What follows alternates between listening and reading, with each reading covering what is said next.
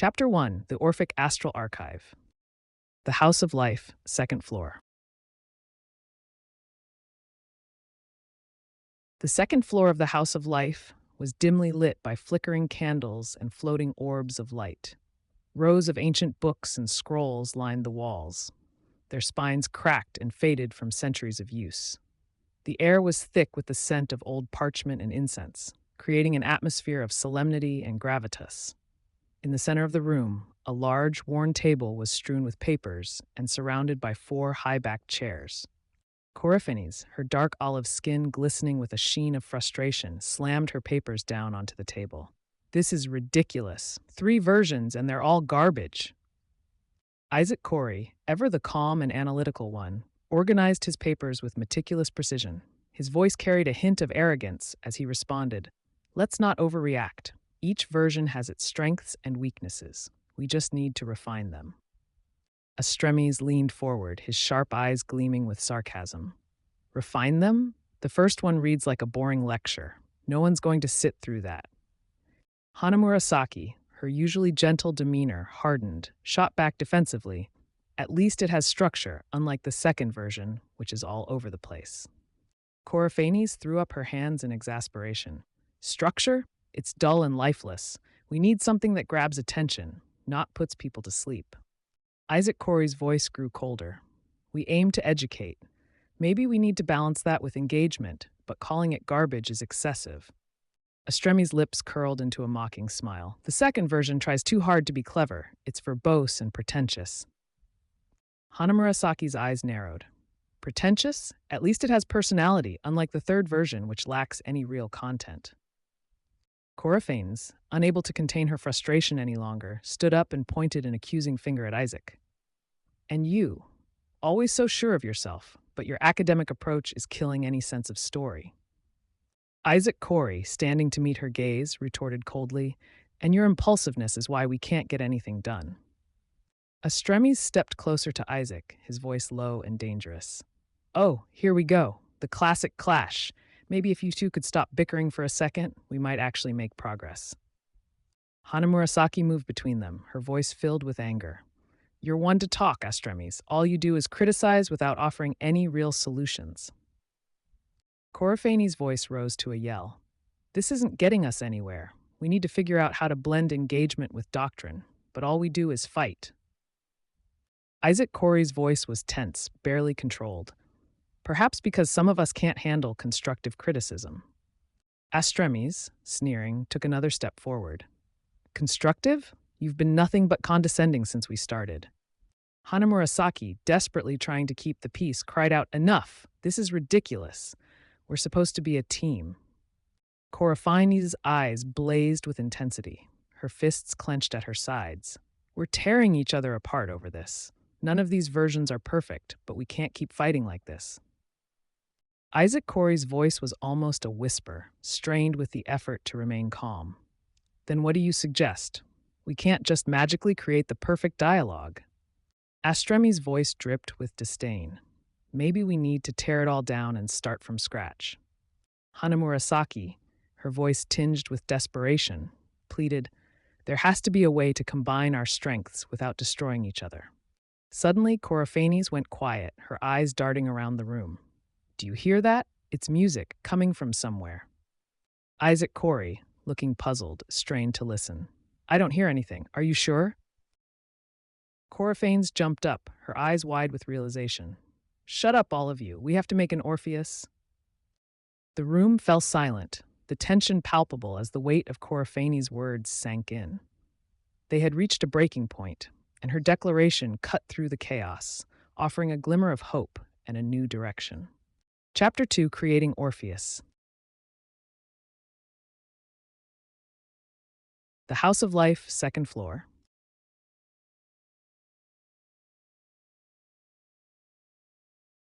The tension from their previous argument lingered in the air as the 4 scholars gathered around the large central table. The flickering candles cast long shadows on the ancient books and scrolls that lined the walls, while floating orbs of light provided a dim glow. Orpheus, her determination palpable, broke the silence.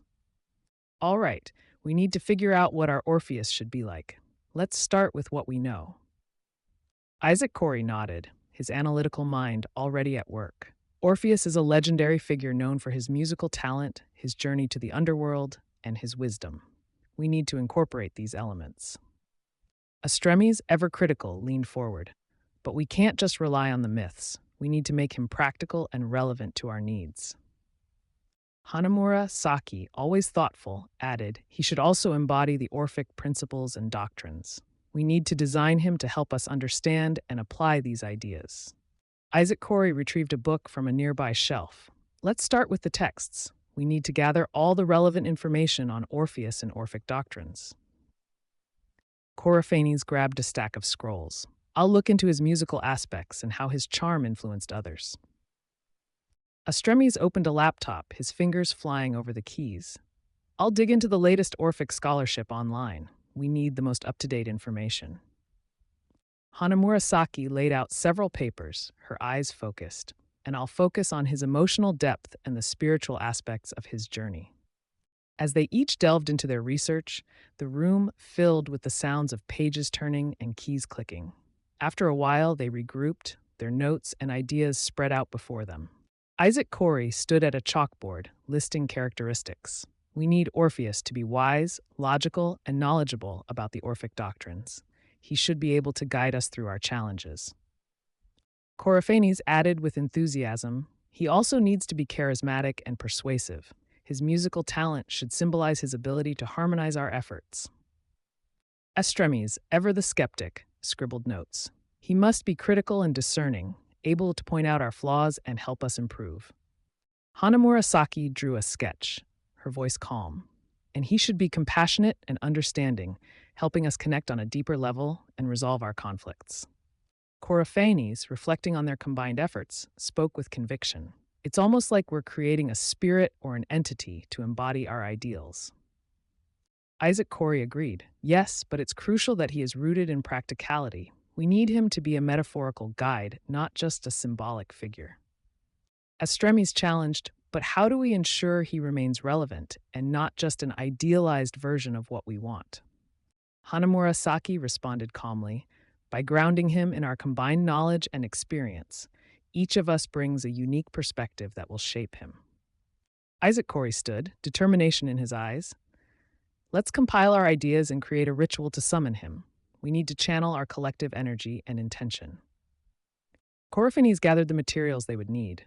We'll need symbols of his attributes, a lyre for his music, a scroll for his wisdom, and a mirror for self-reflection. Astremes set up the ritual space with meticulous care, and we need to focus our minds on what we want him to achieve for us. Hanamura Saki lit candles, her face serene. This is it, let's bring him to life. They stood around the table, the symbols arranged before them. Coryphanes began to chant, her voice filled with determination. Orpheus, legendary bard and wise guide, we call upon you. Help us find the harmony in our discord. Isaac Corey joined in, his voice steady. Orpheus, master of music and knowledge, we seek your wisdom and clarity. Astremes, intensely focused, added his voice. Orpheus, critical and discerning, reveal our flaws and guide us to improvement. Hanamura Saki, softly but firmly, completed the chant.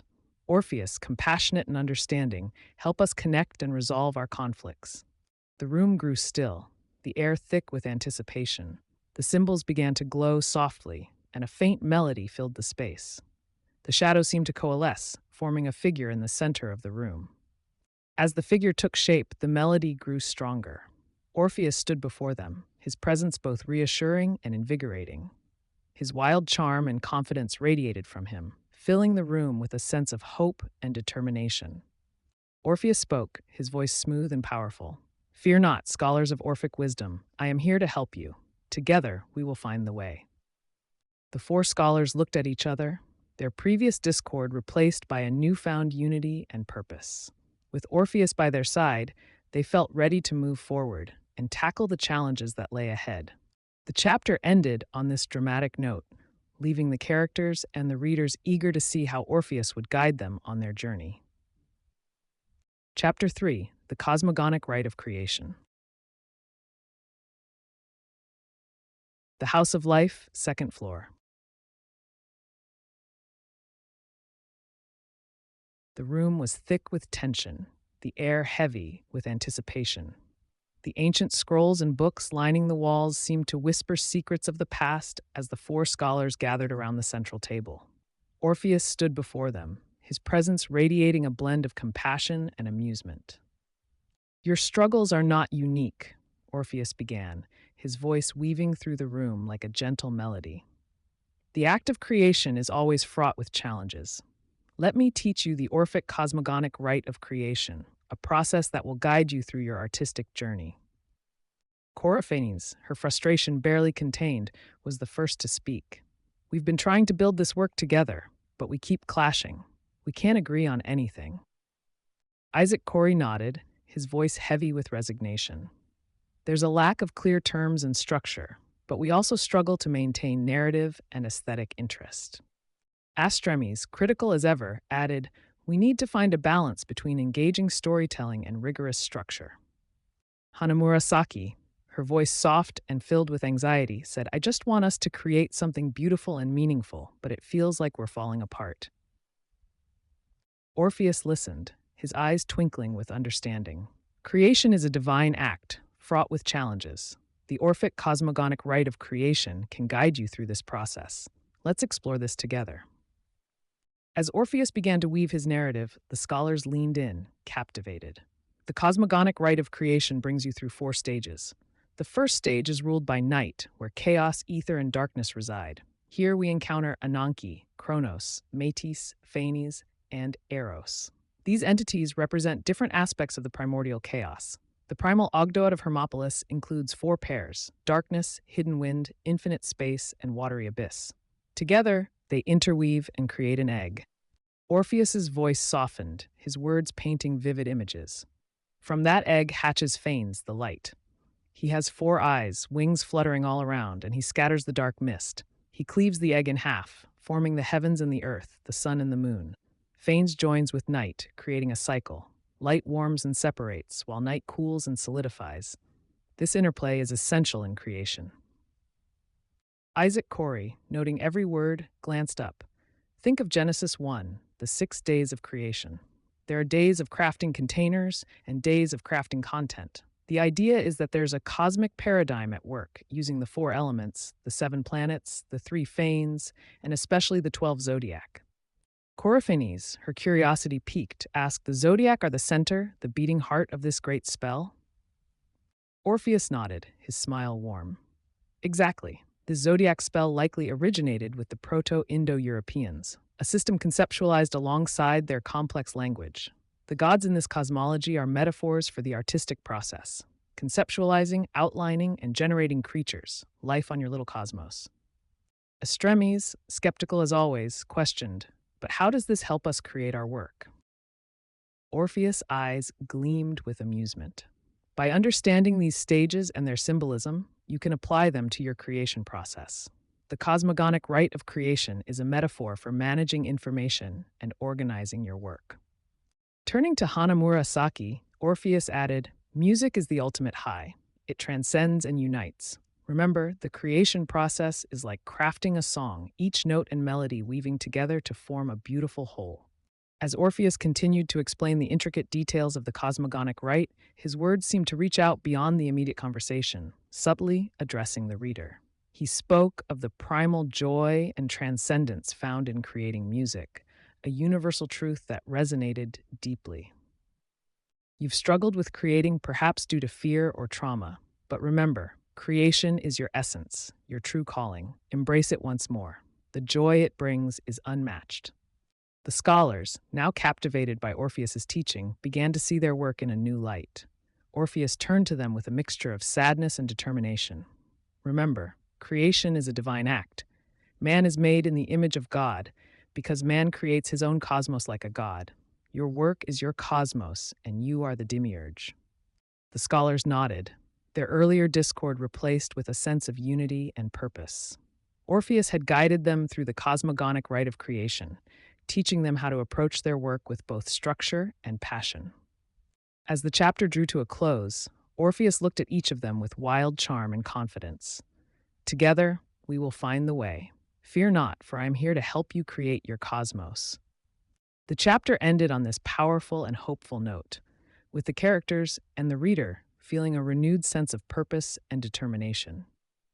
The path ahead was clear, and with Orpheus's guidance, they were ready to create something extraordinary. Chapter 4: The Design of the New Essay. The House of Life, second floor. The four scholars gathered around the large wooden table, their faces etched with determination. The room, filled with the scent of ancient parchment and the soft glow of candlelight, felt both solemn and inspiring. Orpheus stood at the head of the table, his presence commanding yet calming. "We need to design a new essay," Coryphanes began, her voice tinged with frustration. "Something that captures the essence of the Orphic doctrine and the adventures of Orpheus in the depths of night." Isaac Corey nodded, his expression thoughtful. "Yes, but it needs structure and clear terms. We can't afford to be vague." Astremes leaned back, arms crossed. "And it needs to be engaging. Our previous attempts lacked narrative interest." Hanamura Saki, always the peacemaker, added softly, "We need to find a way to balance all these elements." Orpheus raised a hand, silencing the growing tension. "Let us use the cosmogonic rite of creation to guide us. We will structure this new essay around 12 chapters, each themed around a sign of the zodiac and a specific subject of the Orphic doctrine." Coryphanes leaned forward, intrigued. 12 chapters, each with its own theme and focus. That could work. Isaac Corey retrieved a scroll from his bag. "I have the definitions of each subject from the first version of our dialogue. We can use these as our foundation." Orpheus began to outline the structure. Aries will be the first chapter, bound to the 6 locations of the Orphic Astral Archive. This will be the first part of the Orphic Cosmos of Fire. Coryphanes nodded, her energy returning. "Right, and Taurus can be bound to the Blend, the second part of the Orphic Community of Earth." Isaac Corey added, "Gemini will focus on the artistic persona, the third part of the Orphic character of Air." Orpheus continued, "Cancer will cover the 10 rules, the first part of the Orphic culture of water." Astremes, now more engaged, suggested, "Leo should explore the 9 altars and 27 shrines, the second part of the Orphic cosmos of fire." Hanamura Saki, her eyes sparkling with creativity, said, "Virgo will focus on the bond, the third part of the Orphic community of Earth." The scholars continued, each contributing to the structure of the new essay. "Libra," Orpheus said, "will delve into the archaic persona, the first part of the Orphic character of Air." Isaac Corey noted, "Scorpio will cover the 10 rites of initiation, the second part of the Orphic culture of water." Sagittarius, Astremes added, will explore the 42 Hermetic Orphica books, the third part of the Orphic cosmos of fire. Capricorn, Hanamura Saki said, will focus on the band, the first part of the Orphic community of Earth. Orpheus smiled, pleased with their progress. Aquarius will be bound to the academic persona, the second part of the Orphic character of Air. And Pisces, Coryphanes concluded, will cover the 6 roles of the temple attendants, the third part of the Orphic culture of water. Orpheus looked at the scholars, his eyes filled with pride. "You have done well. Now let us flesh out each chapter with the details and narratives that will bring this essay to life." The scholars spent hours discussing and debating the specifics of each chapter. They envisioned the adventures of Orpheus as he navigated the depths of night, each chapter a journey through the rich and complex Orphic Astral Archive. Chapter 1, Aries, the 6 locations of the Orphic Astral Archive. Orpheus begins his journey, exploring the 6 mystical locations, each representing a unique aspect of the Orphic cosmos of fire. Chapter 2, Taurus, the Blend. Orpheus encounters various groups within the Orphic community of Earth, learning the importance of harmony and cooperation. Chapter 3, Gemini, the artistic persona.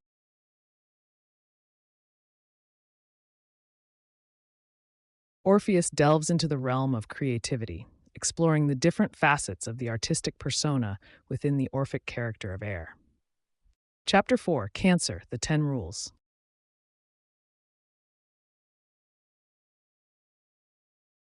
Orpheus discovers the foundational principles of the Orphic culture of water, understanding the significance of each rule. Chapter 5, Leo, the 9 altars and 27 shrines. Orpheus visits the sacred altars and shrines, each holding ancient wisdom related to the Orphic cosmos of fire. Chapter 6, Virgo the Bond.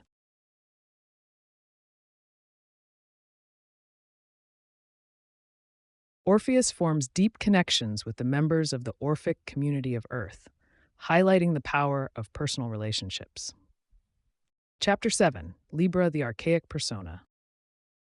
Orpheus explores the historical and traditional aspects of the archaic persona within the Orphic character of air. Chapter 8, Scorpio, the 10 Rites of Initiation. Orpheus undergoes transformative rituals, learning about the rites that shape the Orphic culture of water. Chapter 9, Sagittarius, the 42 Hermetic Orphica books. Orpheus uncovers the knowledge contained within the sacred Hermetic books, each a treasure trove of Orphic wisdom. Chapter 10, Capricorn, the Band.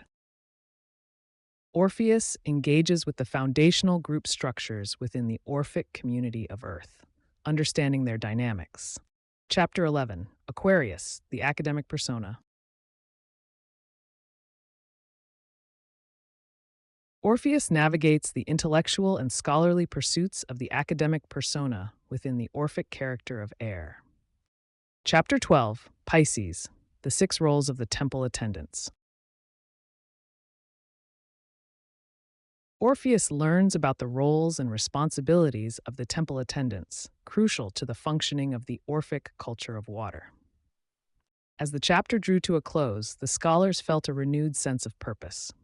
Orpheus had not only guided them in creating a new essay, but also in understanding the profound interconnectedness of the Orphic doctrine. They were ready to bring this vision to life, united in their pursuit of wisdom and creativity. Chapter 5, Aries, the 6 locations of the Orphic Astral Archive. In the vast expanse of the Orphic Astral Archive, Orpheus stood at the threshold of an enigmatic journey. Before him lay the depths of night, an island floating in the cosmic void, its towering mountains encircling the 6 sacred locations that held the secrets of the cosmos. As he ventured forth, the first location he encountered was the field of turquoise. The grass, a vivid shade of turquoise, swayed gently in the ethereal breeze. The air was thick with the scent of wildflowers, and the sky above shimmered with a surreal glow. This was a place of meditation and reflection, where initiates could attune themselves to the cosmic energies. Orpheus moved through the field, feeling the subtle hum of energy beneath his feet. He paused to touch a vibrant flower, its petals soft and cool. The field of turquoise, he mused, a sanctuary of peace and introspection. Continuing his journey, he arrived at the Chamber of Darkness. The entrance to this vast cave yawned before him like a portal to another realm. Inside, the air was thick and still, illuminated only by the faint glow of crystals embedded in the walls. Orpheus made his way to the 3 altars, the altar of chaos, the altar of darkness, and the altar of ether. Each altar emanated a unique energy, representing the primal forces of creation and destruction. The Chamber of Darkness, Orpheus whispered, where the mysteries of the earth element are revealed. Next, Orpheus found himself standing before the Cypress of White. The pale, glowing tree stood tall and majestic, its branches reaching towards the heavens. Surrounding it were 3 altars dedicated to the Sun, Jupiter, and Mars. The air here was charged with intellectual energy, a place where the mind could soar and ideas could take flight. The Cypress of White, he thought, a beacon of enlightenment and knowledge. Orpheus then journeyed to the Lake of Memory, a serene body of water surrounded by lush greenery and vibrant flowers. The surface of the lake mirrored the sky above, creating a tranquil and introspective atmosphere. Here, 3 altars dedicated to the Moon, Venus, and Mercury stood, each representing different aspects of the water element: intuition, harmony, and communication. The Lake of Memory, Orpheus reflected, a place of deep emotional and cultural resonance. Finally, Orpheus approached the House of Life, an ancient temple library crumbling and overgrown with vines. This three-story structure was the heart of the archive, containing the 36 main Orphic books. The bottom floor housed shrines to underworld deities, the middle floor to the Muses, and the top floor to the Olympians. Each floor represented different facets of the fire element: transformation, creativity, and divine knowledge. The House of Life, Orpheus marveled, the center of wisdom and transformation. Orpheus stood at the House of Life's entrance, his heart swelling with the magnitude of his journey. He had traversed the depths of night, uncovering the profound mysteries of the Orphic doctrine. Each location, with its unique energy and symbolism, had brought him closer to understanding the cosmic dance of creation and destruction. As he entered the House of Life, Orpheus felt a sense of unity and purpose. He was ready to bring the wisdom of the Orphic astral archive to life, weaving its rich tapestry into the new essay that would guide future initiates on their own journeys of discovery and enlightenment. Chapter 6: Taurus the Blend. As Orpheus stepped out from the House of Life, his journey led him to a new and vibrant area within the Orphic astral archive. This was the Blend, a place where various groups and communities within the Orphic tradition came together in a harmonious tapestry of life and culture. The Blend was a bustling area, alive with the sounds of laughter, music, and conversation. Stalls lined the pathways, offering a myriad of goods, from fragrant herbs to intricate jewelry, each item crafted with care and imbued with the essence of the earth. The air was filled with the rich aroma of freshly baked bread and the earthy scent of damp soil after a rain. Orpheus wandered through the market, observing the vibrant interactions between the inhabitants. He noticed how different groups, each with their unique customs and traditions, coexisted and thrived together. The Blend was a testament to the power of unity and cooperation, a place where diversity was celebrated and differences were embraced. He approached a stall where an elderly woman was weaving a tapestry. Her hands moved with practiced grace, the threads forming intricate patterns that seemed to tell a story. Orpheus watched in awe as the tapestry came to life, each thread representing a different aspect of the Orphic doctrine. "Welcome, traveler," the woman said with a warm smile. "This tapestry represents the Blend, where all paths converge and form the fabric of our community." Orpheus nodded, understanding the deeper meaning behind her words. "The Blend is a place of harmony and growth," he said. "It is where the earth element manifests in its purest form, providing stability and nurturing life." The woman continued to weave, her movements fluid and rhythmic. "Indeed, the earth element is the foundation of our community. It teaches us the importance of working together, of nurturing our connections, and of growing stronger as a collective." As Orpheus moved further into the Blend, he encountered various communal activities. He saw children playing games that taught them the principles of the Orphic doctrine, adults engaging in lively debates about philosophy and art, and elders sharing stories of the past, preserving the wisdom of their ancestors. He joined a group of musicians playing a soulful melody. The music was rich and full, each note resonating with the essence of the earth. Orpheus picked up a lyre and began to play, his fingers moving instinctively over the strings. The music flowed effortlessly, blending with the others to create a harmonious symphony. Through the music, Orpheus felt a deep connection to the community. He realized that the Blend was not just a place, but a living, breathing entity. It was the heart of the Orphic community of Earth, a place where individuals came together to form a greater whole. As the day turned to dusk, Orpheus found himself at a communal feast. Long tables were laden with an abundance of food, and the air was filled with the sounds of laughter and joyous conversation. He sat among the people, sharing stories and breaking bread. The sense of camaraderie and belonging was palpable, and Orpheus felt a profound sense of peace. One of the elders raised a cup and spoke. "To the Blend, the foundation of our community, may we continue to grow together, to support one another, and to celebrate the diversity that makes us strong." The crowd echoed the elder's toast, and Orpheus raised his own cup in agreement. The blend was a living testament to the Orphic doctrine, a place where the earth element's principles of stability, growth, and unity were manifest. As the night deepened, Orpheus looked around at the faces illuminated by the flickering light of the bonfire. He saw the strength of their bonds, the resilience of their spirits, and the beauty of their collective existence. The blend was a microcosm of the Orphic community of Earth, and Orpheus felt honored to be a part of it. With a heart full of gratitude and a mind enriched by the day's experiences, Orpheus knew that his journey through the Orphic astral archive was far from over. There were still many more lessons to learn and many more truths to uncover. As he drifted into sleep, surrounded by the warmth of the community, Orpheus felt a profound sense of purpose and direction. The next chapter of his journey awaited, but for now, he was content to be in the heart of the blend, the vibrant and harmonious community that exemplified the best of the Orphic tradition. Chapter 7, Gemini, the Artistic Persona. Leaving the harmonious blend of the Orphic community of Earth behind, Orpheus ventured into a new realm within the Orphic astral archive, one that resonated with the vibrancy and dynamism of the air element. This was the domain of the artistic persona, where creativity, intellect, and communication intertwined to form a rich tapestry of expression. As Orpheus stepped into this realm, he was immediately struck by the explosion of colors, sounds, and ideas that surrounded him.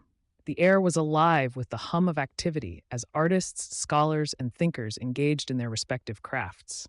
Murals adorned the walls, each telling a story of the Orphic tradition through vivid imagery. Sculptures dotted the landscape, their forms capturing the essence of both human and divine nature. Orpheus walked through a bustling marketplace of ideas, where philosophers debated the nature of existence, poets recited verses that touched the soul, and musicians played melodies that echoed the rhythms of the cosmos.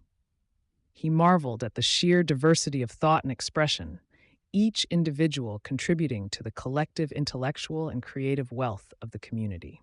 He approached a group of painters who were working on a massive mural. Their brushes moved in harmony, creating a scene that depicted the myth of Orpheus and Eurydice. The colors were vibrant, and the figures seemed to dance on the wall, telling the story of love, loss, and the power of music.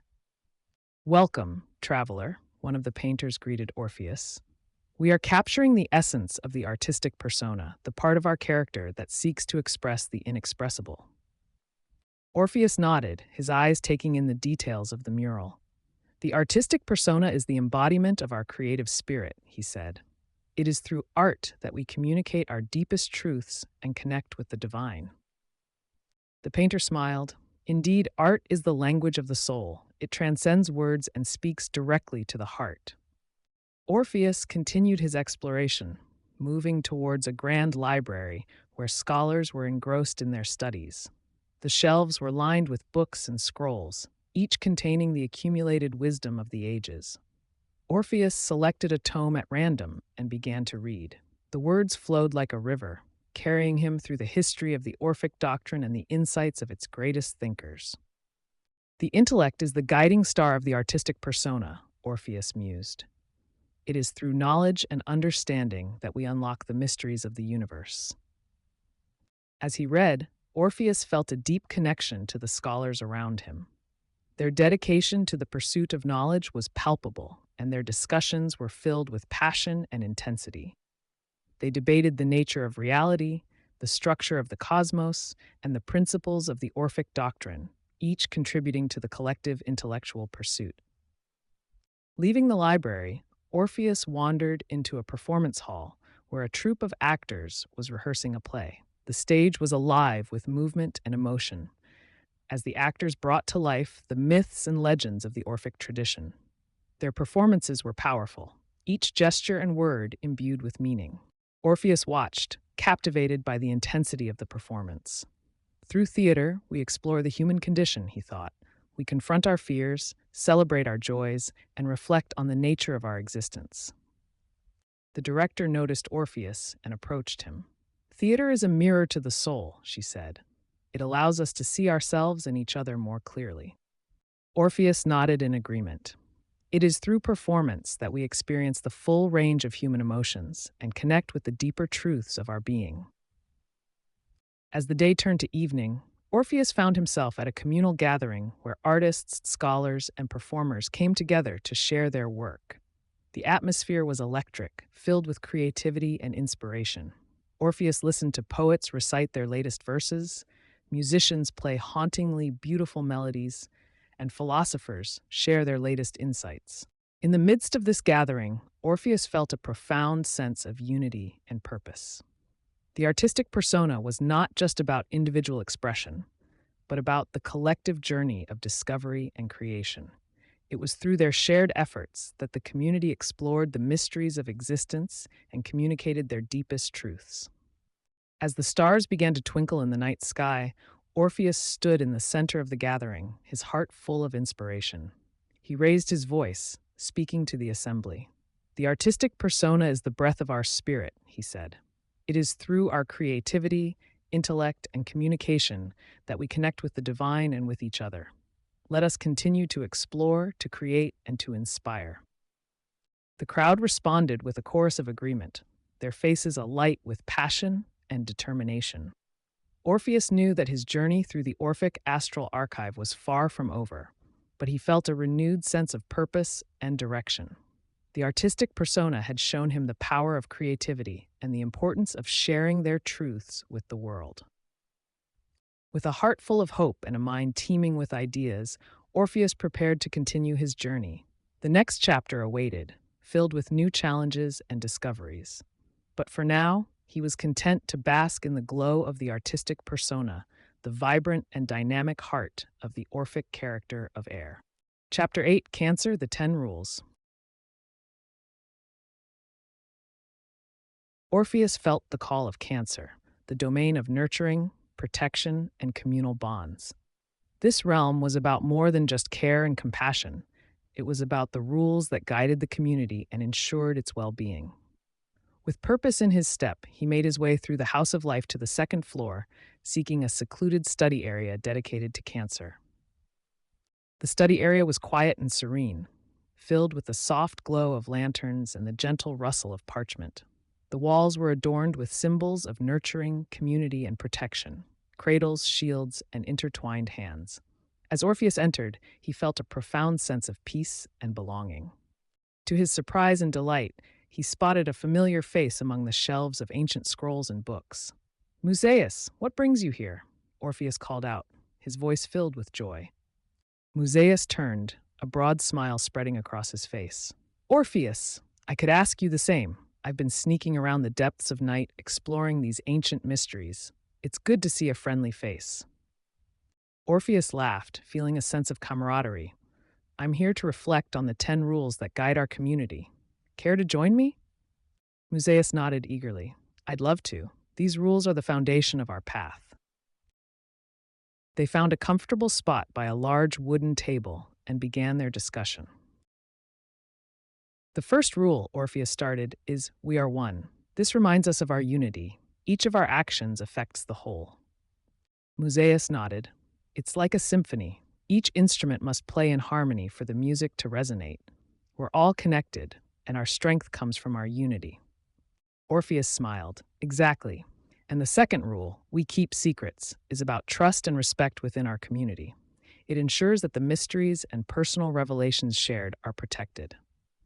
"Secrecy builds trust," Musaeus agreed. "It creates a safe space for sharing and growth. Without it, we couldn't be as open or honest." Orpheus continued, "The third rule, initiation is free, highlights the accessibility of our path. Spiritual growth and enlightenment are available to all, regardless of wealth or status." Musaeus's eyes sparkled. "This is what I love most about our tradition. It's open to everyone who seeks the truth, not just the privileged few." "The fourth rule, know your instrument, is a call to self-awareness and mastery," Orpheus said. "Each of us must understand our strengths and weaknesses." Musaeus added, "It's crucial for personal growth. Knowing ourselves deeply allows us to contribute our best to the community." Orpheus nodded. The fifth rule, we hold accountable, emphasizes responsibility and integrity. We must uphold our values and be accountable for our actions. Accountability ensures trust, Musaeus said thoughtfully. It's the backbone of any strong community. The sixth rule, injustice warrants aggression, acknowledges the need for action against wrongdoing. It calls us to defend the vulnerable and uphold justice, Orpheus said. Musaeus's expression turned serious. Sometimes we must act with strength to protect what's right. It's a difficult balance, but necessary. The seventh rule, secure food and shelter, underscores the importance of basic needs. A sound body is essential for a sound mind, Orpheus continued. Musaeus nodded. Without our basic needs met, we can't focus on higher pursuits. It's a reminder to take care of ourselves and each other. The eighth rule, sound mind and body, encourages holistic health, Orpheus said. We must care for both our physical and mental well-being. Balance is key, Musaeus agreed. Our strength comes from being whole in both mind and body. Orpheus smiled. The ninth rule, love life and self, celebrates existence. It encourages us to embrace life with joy and gratitude. Musaeus's face lit up. Loving ourselves and our lives fuels our passion and creativity. It's the source of our strength and resilience. And the 10th rule, honor yourself as you honor others, encapsulates mutual respect, Orpheus concluded. We must value our own worth while respecting the dignity of others. Musaeus nodded. It's about treating others as we wish to be treated. This respect is the foundation of our community. As they finished their discussion, Orpheus felt a profound sense of purpose and clarity. The 10 rules were not just abstract principles. They were lived values that guided every action and decision within the Orphic community. They were the glue that held the initiates together, helping each other maintain these values, whether as friends, fans, or even foes. Orpheus looked at Musaeus with gratitude. Thank you for this discussion. It's given me a deeper appreciation for our path. Musaeus smiled warmly. I feel the same, my friend. These rules guide us and keep us strong. I'm glad we could explore them together. With hearts full of gratitude and spirits committed to the values they held dear, Orpheus and Musaeus prepared to continue their journey through the Orphic Astral Archive, united by the nurturing and protective energies of Cancer. Chapter 9, Leo, the 9 Altars and 27 Shrines. Orpheus felt the call of Leo within the Orphic Astral Archive, a domain of fiery transformation and divine power. This was where the 9 altars and 27 shrines, keys to the cosmic mysteries and Orphic doctrine, stood in their majesty. The path to this sacred area led Orpheus through a landscape that seemed to pulsate with life. The ground beneath his feet radiated warmth, and the air was charged with energy. Approaching a grand stone archway, intricately carved with hieroglyphics, Orpheus felt the profound significance of the entry into this realm. As he stepped through the archway, Orpheus entered the Chamber of Darkness, where the air was thick with mystery and the dim light cast eerie shadows on the walls. Here he encountered 3 grand altars, each dedicated to a primordial force. The first altar, dedicated to chaos, was covered in ancient hieroglyphics. It featured the 36 letters of the Orphic alphabet. This altar emanated a sense of primordial potential and formlessness. Orpheus knelt before it, feeling the raw, untamed energy of creation itself. He reflected on how these letters were the building blocks of the universe, each one holding a unique vibration and power. Next, he approached the altar dedicated to Erebus, shrouded in darkness and featuring the linear B symbols for the 78 cards of the tarot. Orpheus felt a profound sense of introspection and the hidden depths of the soul. The rich symbolism of each card, the Fool, the Magician, the High Priestess, and more, spoke to the myriad paths of destiny and the hidden forces that guide them. Orpheus contemplated the journey of life and the unseen currents that shape existence. The third altar in the chamber was dedicated to Aether, radiating a subtle, luminous glow and displaying the project notation system of barbarous names. This complex structure guided the creation and understanding of cosmic entities. Orpheus touched its surface, feeling a connection to the divine light and clarity of thought. He pondered the system's intricacies, where each part, name, and tag symbolized a facet of reality, from cosmesis to logum, each contributing to the harmony of the cosmos. Leaving the Chamber of Darkness, Orpheus moved towards the Cypress of Light, a majestic tree that stood tall and luminous. Here, he found the next trio of altars. The first was the altar dedicated to the sun, bathed in golden light and featuring the 42 Hermetica titles. Orpheus felt the warmth and power of the sun, invigorating his spirit and filling him with enlightenment. Titles like Hymns of the Gods and Ordering of the Fixed Stars echoed the ancient wisdom encoded in the Orphica books, guiding humanity's quest for knowledge. Next, he approached the altar dedicated to Mars, fierce and red, symbolizing war, courage, and strength. This altar featured the 36 subjects of Holonics, linking each subject to one of the 36 books. Orpheus felt a surge of determination and the warrior's spirit as he studied the altar. He understood that each subject, from part to cosmeme, represented a crucial aspect of the holistic understanding of the universe. The final altar in this area was dedicated to Jupiter, radiating wisdom and authority, featuring the 36 great esoteric works. Orpheus felt the guiding hand of leadership and benevolence, understanding the importance of these foundational texts. Works like The Descent of Inanna and The Orphic Fragments held the keys to spiritual and philosophical truths, shaping the esoteric tradition. Finally, Orpheus ventured to the serene shores of the Lake of Memory, where the last trio of altars stood. The first altar, dedicated to the moon, was reflective and calming, symbolizing intuition, dreams, and the subconscious. It also featured 42 Orphica titles, each associated with one of the 36 Hermetic Orphica books. Orpheus felt a deep connection to his inner self and the mysteries of the night as he meditated on titles like On the Cycle of 12 Years and Divination by Sand. The next altar, dedicated to Mercury, was dynamic and quicksilver, representing communication, travel, and intellect. It also featured the 36 fields of science, each bound to one of the 36 main books. Orpheus felt his mind sharpen and his thoughts become clear as he contemplated the interconnectedness of disciplines like astrophysics, cognitive science, and musicology. The final altar in this area was dedicated to Venus, radiating love, beauty, and harmony, featuring the 36 subjects of esoterica. Orpheus felt peace and creative inspiration as he reflected on subjects like cosmogony and cosmology, astrology and divination, and sacred geometry and numerology. With the wisdom and power of the 9 altars imprinted on his soul, Orpheus journeyed to the House of Life, the heart of the Orphic Astral Archive. This 3-story structure housed the 36 Hermetic Orphica books, with the 27 shrines providing the keys to unlocking their secrets. Ascending to the second floor, Orpheus found the shrines dedicated to the 9 muses, each shrine holding 4 of the 36 books. The air was filled with the creative energies of the muses, inspiring art, poetry, and music. The first shrine he encountered was dedicated to Calliope, housing Codex Scorpionus, word, Codex Luni, singer, Codex Calliope mythology, and Codex Urani, mind. Orpheus felt the power of epic poetry and eloquence. Next, he approached the shrine dedicated to Clio, containing Codex Sagittaria, morph, Codex Solis, mechanesis, Codex Apollonus, mathesis, and Codex Cleus, history. The spirit of history and heroic deeds inspired him. The third shrine was dedicated to Thalia, guarding Codex Capricorni, sign, Codex Veneris, scribe, Codex Aquarii, thought, and Codex Thaliae, imagery. Orpheus was filled with joy and comic relief.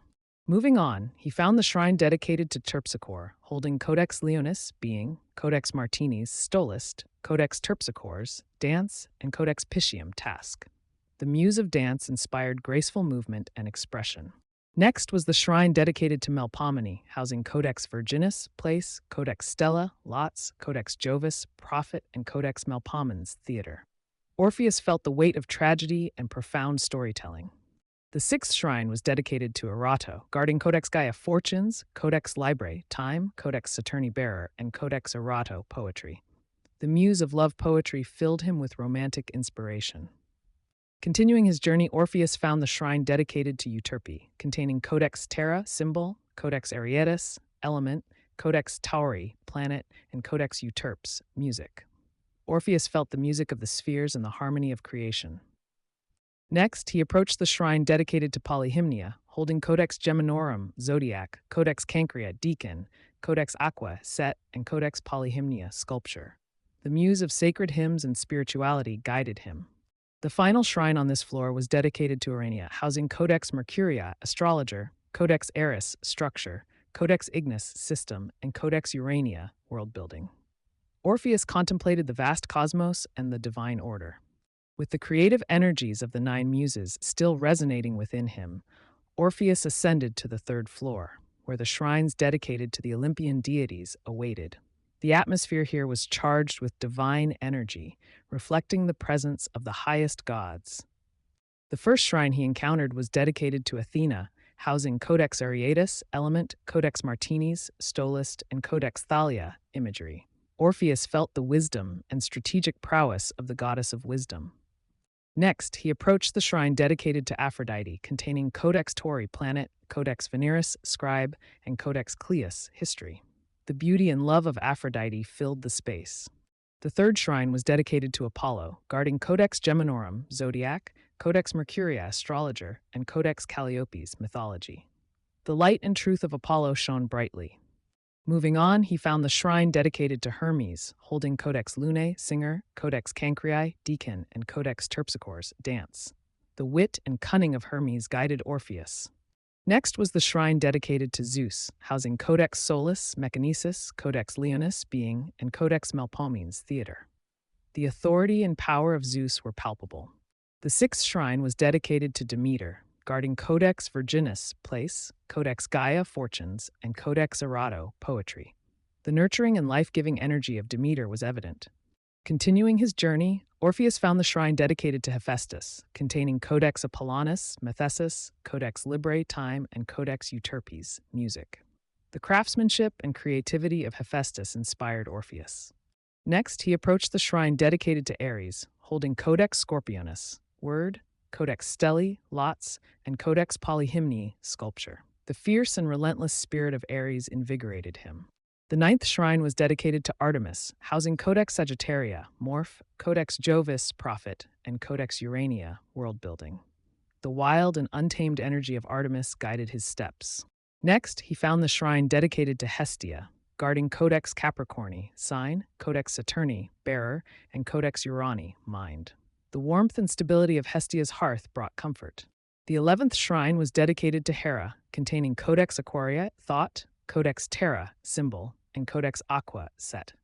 The regal and protective presence of Hera was felt deeply. Finally, Orpheus approached the shrine dedicated to Poseidon, holding Codex Piscium, Task, Codex Eris, Structure, and Codex Ignis, System.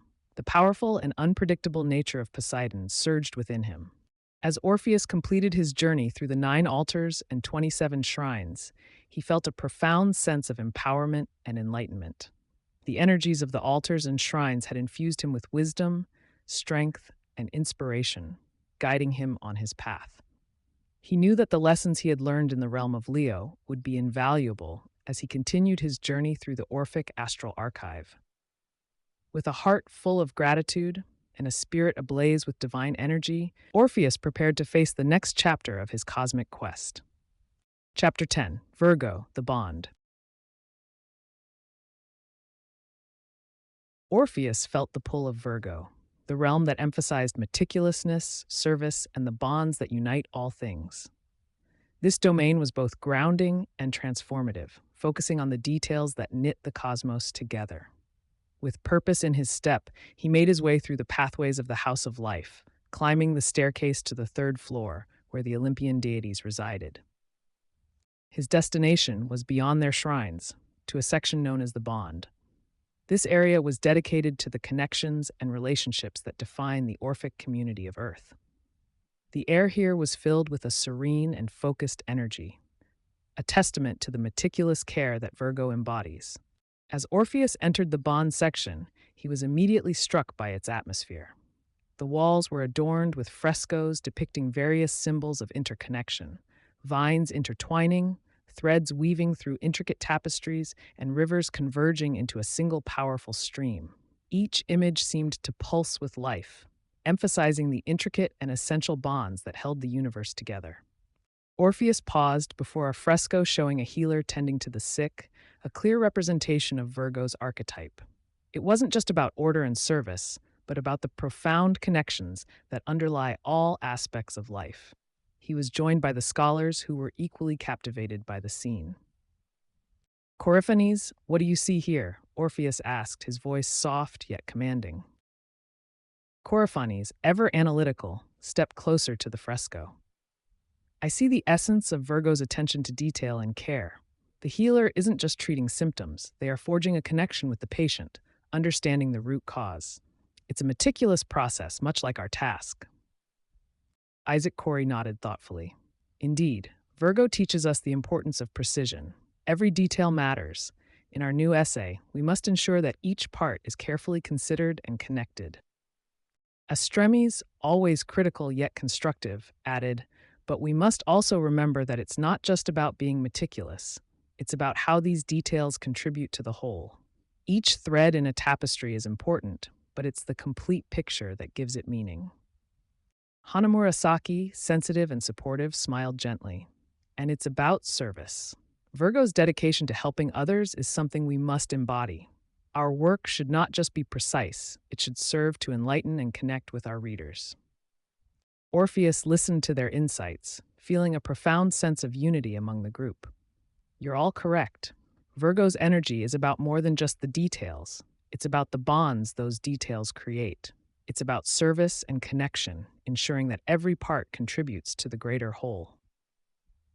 Together, they moved through the bond section, each fresco offering new insights and reflections. They discussed the role of Virgo in the Orphic doctrine, emphasizing the importance of meticulousness and care in creation and relationships. They developed themes and ideas for the Virgo chapter in their new essay, ensuring it would capture the essence of the archetype. As they continued their exploration, they came across a series of tapestries that depicted the interconnectedness of the Orphic community of Earth. Each tapestry was a masterwork of detail, with every thread contributing to a larger, harmonious design. Orpheus and the scholars marveled at the craftsmanship, understanding that their work must aspire to such unity and precision. By the end of their journey through the bond section, Orpheus and the scholars had gained a deeper understanding of Virgo's significance. They felt a renewed sense of purpose, ready to incorporate the lessons they had learned into their essay. The meticulous care, the profound connections, and the spirit of service would be at the heart of their work, ensuring it would resonate with truth and harmony. With hearts full of gratitude and minds focused on the task ahead, Orpheus and the scholars prepared to face the next chapter of their cosmic quest, united by the bonds they had explored and understood in the realm of Virgo. Chapter 11, Libra, the Archaic Persona. The call of Libra, the realm of balance, harmony, and justice, resonated deeply within Orpheus. This domain was serene and powerful, focusing on the equilibrium that maintained the cosmos. In the quiet of the House of Life, Orpheus sought a space to meditate and reflect on these principles. He found a secluded alcove on the third floor, away from the shrines of the Olympian deities. The air here was still, imbued with a sense of ancient wisdom. Orpheus settled himself on a stone bench, closed his eyes, and allowed his mind to drift into the past. As he sank deeper into his meditation, memories of a former life began to surface. Orpheus remembered a time when he lived as an ancient judge, entrusted with maintaining balance and justice in a thriving city-state. His role was to mediate disputes, uphold laws, and ensure that harmony prevailed among the people. In his mind's eye, Orpheus saw himself seated in a grand hall, its walls adorned with frescoes depicting scenes of justice and balance. The hall was filled with the quiet murmur of petitioners seeking fair judgment. He could feel the weight of his responsibilities as he listened to each case, his heart and mind striving to discern the truth and deliver equitable decisions. One particular case stood out in his memory. Two families, each claiming ownership of a fertile piece of land, had come before him. The dispute had escalated to the point of violence, and it was up to Orpheus to restore peace. He recalled the meticulous process of gathering evidence, listening to witnesses, and weighing the facts with great care. In the end, Orpheus had found a solution that honored the needs and rights of both families. He had divided the land in such a way that each family received a fair share, but also proposed a communal area where both could benefit and cooperate. This decision not only resolved the conflict, but also strengthened the bond between the families, fostering a sense of community and mutual respect. As Orpheus relived these moments, he reflected on the essence of Libra. It was not just about balancing scales, but about creating harmony through thoughtful integration and fairness. He understood that true balance was dynamic, requiring constant attention and adjustment to maintain. His thoughts then drifted to the role of the archaic persona, the ancient and enduring aspect of the self that seeks wisdom and balance. In his former life as a judge, Orpheus had embodied this persona, drawing on the timeless principles of justice and harmony to guide his actions. The archaic persona was a source of strength and clarity, connecting him to the universal truths that transcended time and space. The principles of Libra were intricately woven into the fabric of the Orphic doctrine. Balance and harmony were essential not only in governance and justice, but in all aspects of creation and relationships. Each element of the cosmos had its place and purpose, contributing to the overall equilibrium. Orpheus opened his eyes, feeling a profound sense of connection to his past and to the principles of Libra. He understood that his current journey was a continuation of that ancient path, a quest to integrate diverse elements into a harmonious whole. The lessons of his former life as a judge were as relevant now as they were then, guiding him to seek balance and justice in all his endeavors. With a heart full of gratitude and a mind focused on the task ahead, Orpheus rose from the bench. He felt renewed and inspired, ready to incorporate the lessons of Libra into his cosmic quest. The balance, harmony, and justice that Libra embodied would be at the heart of his work, ensuring it resonated with truth and fairness. As he made his way back through the House of Life, Orpheus carried with him the wisdom of the archaic persona, a timeless guide on his journey through the Orphic astral archive. Chapter 12, Scorpio, the 10 Rites of Initiation.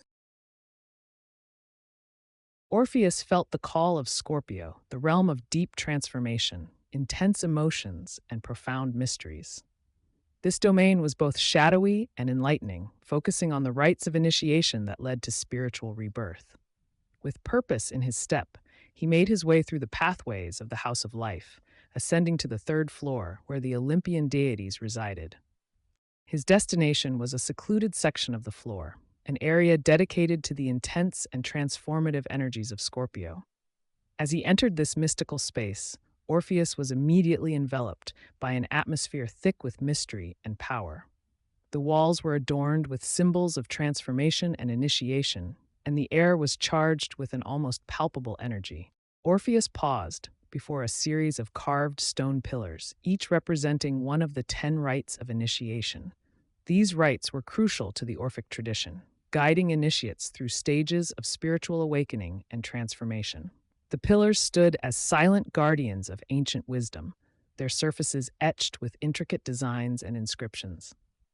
The first pillar represented the ability to create, the fundamental right that endowed the initiate with the power to manifest and shape their reality.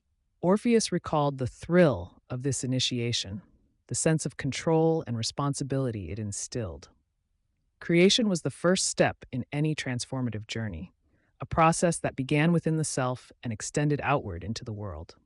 The second pillar symbolized the awareness of order, a rite that attuned the initiate to the underlying structure of the cosmos. This rite emphasized the importance of recognizing the inherent order in nature and the universe. Orpheus remembered the clarity and insight this awareness brought, allowing him to see the patterns and cycles that governed existence. Moving to the third pillar, Orpheus encountered the agreement with rules, where the initiate committed to uphold the principles of the Orphic tradition. This rite was about loyalty and dedication, binding oneself to a higher purpose and a set of sacred rules. Orpheus felt the weight of these commitments, understanding their significance in guiding his actions and decisions. The fourth pillar depicted the acceptance of band, a rite that integrated the initiate into the core Orphic group. This band of 12 initiates, each representing a zodiac sign, functioned as a cohesive unit, promoting harmony and diversity. Orpheus recalled the sense of belonging and unity this rite fostered, emphasizing the importance of community in the Orphic path. The fifth pillar stood for guided analysis, where the initiate was taught to dissect and understand complex concepts and experiences. Rite involved a deep and methodical examination of one's thoughts, actions, and surroundings. Orpheus understood that analysis was crucial for gaining true knowledge and insight, breaking down the complexities of life into comprehensible parts. The sixth pillar represented guided synthesis, the process of combining various elements to form a coherent whole. This rite taught the initiate how to integrate different aspects of their knowledge and experiences. Orpheus felt the power of synthesis as he remembered the moments of profound realization that came from seeing the bigger picture and understanding the interconnectedness of all things. The seventh pillar was dedicated to guided autopoiesis, a rite that focused on self-creation and self-maintenance. This concept, rooted in the idea of a self-sustaining system, emphasized the importance of continual personal growth and development. Orpheus recalled the transformative power of this rite, understanding that true mastery involved the constant renewal and evolution of the self. The eighth pillar symbolized interinitiation with others, a rite that emphasized mutual initiation and shared experiences among initiates. This rite fostered deep connections and understanding between individuals, highlighting the importance of interdependence and cooperation. Orpheus felt a profound sense of unity as he remembered the bonds formed through this shared journey. The ninth pillar depicted the invocation of the Muses, where the initiate called upon divine inspiration and guidance. This rite connected the individual with the creative forces of the cosmos, allowing them to channel higher wisdom into their work. Orpheus felt a deep connection to the Muses, remembering how their inspiration had guided him through his darkest times. The 10th and final pillar represented inspiration for 10 opuses, a rite that endowed the initiate with the creative energy to produce significant works of art, knowledge, or action. This inspiration was seen as a divine gift, a culmination of all previous rites. Orpheus felt the surge of creative power as he contemplated this rite, understanding its role in the continuous cycle of creation and contribution. As Orpheus completed his journey through the 10 rites of initiation, he felt a profound sense of empowerment and transformation. The energies of Scorpio had infused him with deep wisdom and strength, guiding him through the processes of creating, understanding order, agreeing with rules, accepting community, analyzing, synthesizing, self-creating, interinitiating, invoking inspiration, and being inspired for great works. He knew that the lessons he had learned in the realm of Scorpio would be invaluable as he continued his journey through the Orphic Astral Archive. With a heart full of gratitude and a spirit ablaze with divine energy, Orpheus prepared to face the next chapter of his cosmic quest, united by the transformative and profound mysteries he had explored and understood in the realm of Scorpio. Chapter 13, Sagittarius, the 42 Hermetic Orphica Books. Orpheus felt the call of Sagittarius, the realm of expansive knowledge, philosophical inquiry, and adventurous exploration. This domain was both boundless and profound, focusing on the pursuit of wisdom and understanding. With purpose in his step, he made his way through the House of Life to the second floor, seeking the Library of the Nine Muses. The library was a grand and awe-inspiring space, filled with rows of ancient tomes and scrolls. The air was thick with the scent of aged parchment and the soft hum of knowledge. The walls were adorned with symbols of wisdom, knowledge, and exploration: quills, compasses, and stars. As Orpheus entered, he felt a profound sense of curiosity and wonder. He approached a large, ornate bookshelf that held the 42 Hermetic Orphica books, each one a treasure trove of ancient wisdom. These books were the keys to understanding the mysteries of the cosmos and the principles of the Orphic tradition. Orpheus selected a book at random, its cover adorned with intricate designs and symbols. Opening it, he found himself immersed in the rich and complex teachings of the Hermetica. Each book contained 4 sections: accounts, artworks, appendixes, and archivals, offering a comprehensive exploration of its subject. The first book he explored was the Codex Lunae, Singer, dedicated to the moon and its influence on the cosmos. It detailed the cycles of the moon, its phases, and its role in the Orphic rituals. Orpheus marveled at the depth of knowledge contained within its pages, understanding the moon's significance in guiding the tides of both the sea and the soul. Next, he turned to the Codex Ariatus, Element, which delved into the elemental forces that shaped the natural world. This book explored the interplay of fire, water, earth, and air and their roles in the cosmic order. Orpheus found himself engrossed in the detailed descriptions and vivid illustrations of elemental phenomena. The Codex Tauri, Planet, provided an extensive exploration of planetary influences. It detailed the characteristics and effects of each planet, their movements, and their impact on human destiny. Orpheus appreciated the comprehensive nature of this book, seeing the connections between celestial bodies and earthly events. Another book that caught his attention was the Codex Geminorum, Zodiac, which provided an extensive exploration of the zodiac signs and their corresponding energies. This book was a comprehensive guide to understanding the astrological influences that shaped human destiny and character. Orpheus found himself engrossed in the detailed descriptions of each sign, their strengths, and their challenges.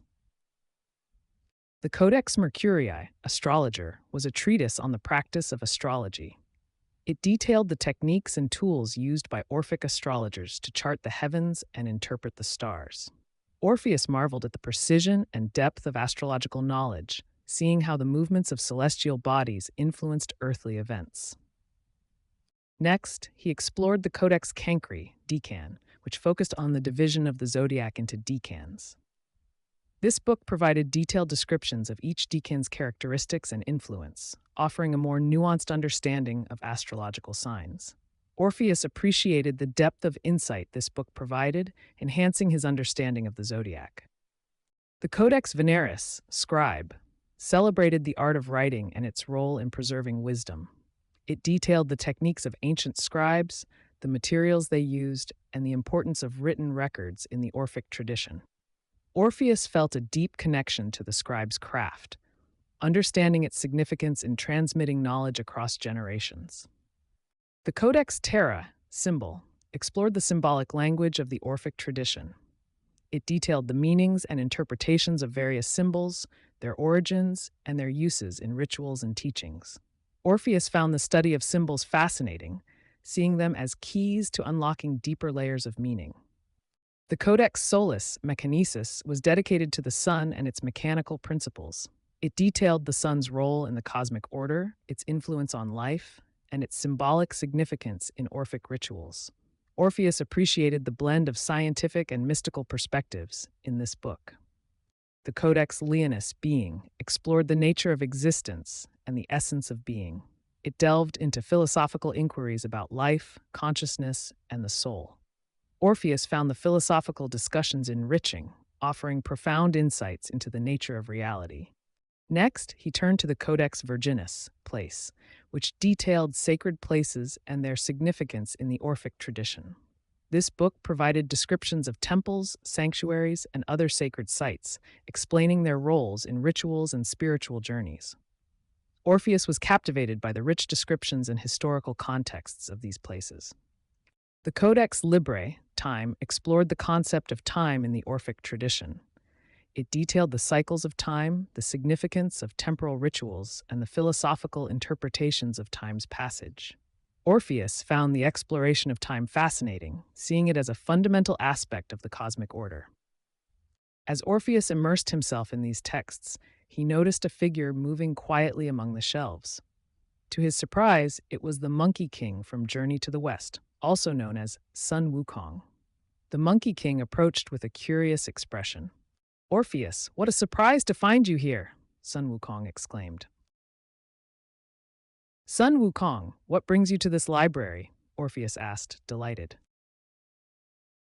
"I have always been a seeker of knowledge," the Monkey King replied. "These books contain wisdom beyond measure. What have you found so far?" Orpheus shared his discoveries, and they exchanged polite conversation about the richness of the Hermetic Orphica books. After a while, Sun Wukong bid farewell and continued his exploration, leaving Orpheus to his studies. Orpheus resumed his journey through the library, selecting another book.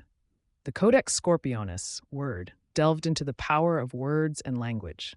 It explored the mystical and practical aspects of speech, writing, and communication. Orpheus appreciated the profound insights into the transformative power of language. The Codex Aquae, Set, focused on the concept of sets and collections in the Orphic tradition. It detailed the organization of knowledge, rituals, and artifacts into meaningful groups. Orpheus found the systematic approach enlightening, seeing how it helped structure and preserve wisdom. The Codex Martinis, Stolist, celebrated the role of the stolist, the keeper of sacred vestments and rituals. It detailed the duties, practices, and significance of this role in the Orphic community. Orpheus felt a deep appreciation for the stolist's dedication to maintaining the sacred traditions. The Codex Sagittarii, Morph, explored the concept of morphs, or transformative shapes, in the Orphic tradition. It detailed the symbolic and practical aspects of transformation, both physical and spiritual. Orpheus found the exploration of morphs inspiring, seeing them as metaphors for personal growth and change. The Codex Capricorni, Sign, focused on the signs and omens used in Orphic divination. It detailed the interpretation of various signs, their origins, and their significance in guiding actions and decisions. Orpheus appreciated the detailed guidance provided, enhancing his understanding of Orphic divination. Next, he turned to the Codex Aquarii, Thought, which explored the nature of thought and intellect. It delved into the philosophical and mystical aspects of thinking, reasoning, and understanding. Orpheus found the discussions thought-provoking, offering deep insights into the nature of the mind. The Codex Piscium, Task, detailed the various tasks and duties assigned to Orphic initiates. It provided practical guidance on fulfilling these responsibilities, emphasizing the importance of discipline and dedication. Orpheus appreciated the practical wisdom contained in this book, seeing its relevance to daily life. The Codex Jovis, Prophet, celebrated the role of the prophet in the Orphic tradition. It detailed the duties, practices, and significance of prophecy, offering insights into the nature of divine revelation. Orpheus found the exploration of prophecy inspiring, seeing it as a profound connection to the divine. The Codex Eris, Structure, explored the structural aspects of the cosmos and the Orphic community. It detailed the organization of celestial and earthly realms, providing a comprehensive understanding of cosmic order. Orpheus found the systematic approach enlightening, offering a clear framework for understanding the universe. The Codex Ignis, System, focused on the systems and processes that governed the cosmos. It detailed the interplay of various forces and elements, offering a comprehensive understanding of cosmic dynamics. Orpheus appreciated the detailed exploration of systems, seeing their importance in maintaining balance and harmony. The Codex Apollinus, Mathesis, was a treatise on the mathematical principles that underpin the Orphic doctrine. It delved into the sacred geometry and numerical patterns that governed the cosmos. Orpheus appreciated the intricate connections between numbers and the natural world, seeing the divine order in the seemingly chaotic universe. As Orpheus continued to explore the library, he encountered another figure moving among the shelves. This time, it was Don Quixote, the valiant knight-errant. "Greetings, Orpheus," Don Quixote said with a courteous bow. "Don Quixote, what a pleasure to see you," Orpheus replied. "What brings you to this library?" "I seek wisdom and understanding as always," Don Quixote replied. "What have you discovered so far?" Orpheus shared his findings, and they engaged in a heartfelt conversation about their quests and the nature of unrequited love. Both understood the longing and dedication that came with their respective journeys, finding solace in each other's company. After a while, Don Quixote bid farewell and continued his exploration, leaving Orpheus to his studies. Orpheus resumed his journey through the library, selecting the final set of books. The Codex Saturni, Bearer, explored the role of the bearer in the Orphic tradition. It detailed the duties and responsibilities of those who carried sacred objects and knowledge. Orpheus found the exploration of this role inspiring, seeing it as a symbol of dedication and service. The Codex Thalia, Imagery, focused on the use of imagery in the Orphic tradition. It detailed the creation and interpretation of visual symbols, offering insights into their meanings and significance. Orpheus appreciated the depth of artistic expression contained in this book, seeing it as a powerful tool for conveying wisdom. The Codex Cleus History provided a comprehensive account of Orphic history. It detailed the key events, figures, and developments that shaped the tradition. Orpheus found the historical accounts enlightening, offering a deeper understanding of the Orphic path. The Codex Calliopes Mythology recounted the rich tapestry of Orphic myths and legends. It narrated the stories of gods and heroes, their trials and triumphs, and the lessons they imparted. Orpheus found inspiration in these timeless tales, understanding the power of myth to convey profound truths. The Codex Terpsichore's Dance celebrated the art of dance as a form of divine expression. It described the various dances performed in Orphic rituals, each one a symbolic representation of cosmic movements. Orpheus felt the rhythm and grace of the dances come alive through the vivid descriptions. The Codex Melpomenes, Theater, explored the role of theater in the Orphic tradition. It detailed the performances, plays, and dramatic expressions used in rituals and teachings. Orpheus appreciated the power of theater to convey complex ideas and emotions, seeing it as a vital aspect of the Orphic path. The Codex Erato, Poetry, focused on the art of poetry and its significance in the Orphic tradition. It detailed the techniques, forms, and themes used by Orphic poets to express their insights and experiences. Orpheus found the exploration of poetry inspiring, seeing it as a profound form of creative expression. The Codex Euterpes, Music, celebrated the role of music in the Orphic tradition. It detailed the various instruments, compositions, and performances used in rituals and teachings. Orpheus felt a deep connection to the musical expressions described, understanding their power to elevate the spirit. The Codex Polyhymni, Sculpture, explored the art of sculpture in the Orphic tradition. It detailed the creation and interpretation of sculptural works, offering insights into their meanings and significance. Orpheus appreciated the depth of artistic expression contained in this book, seeing it as a powerful tool for conveying wisdom. The Codex Urania, World Building, focused on the creation of worlds and realms within the Orphic tradition. It detailed the techniques and principles used to build and maintain cosmic structures. Orpheus found the exploration of world building fascinating, seeing it as a creative and mystical endeavor. The Codex Gaia, Fortunes, provided a comprehensive guide to the practice of divination and fortune-telling in the Orphic tradition. It detailed the techniques and tools used to interpret signs and omens, offering insights into their meanings and significance. Orpheus appreciated the detailed guidance provided, enhancing his understanding of Orphic divination. The Codex Stellae, Lots, explored the use of lots and casting in the Orphic tradition. It detailed the techniques and principles used to determine fate and destiny through the casting of lots.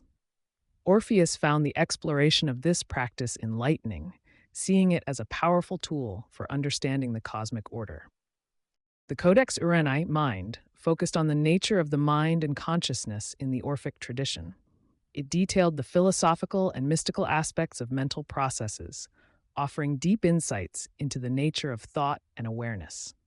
Orpheus found the discussions thought-provoking, offering profound insights into the nature of the mind.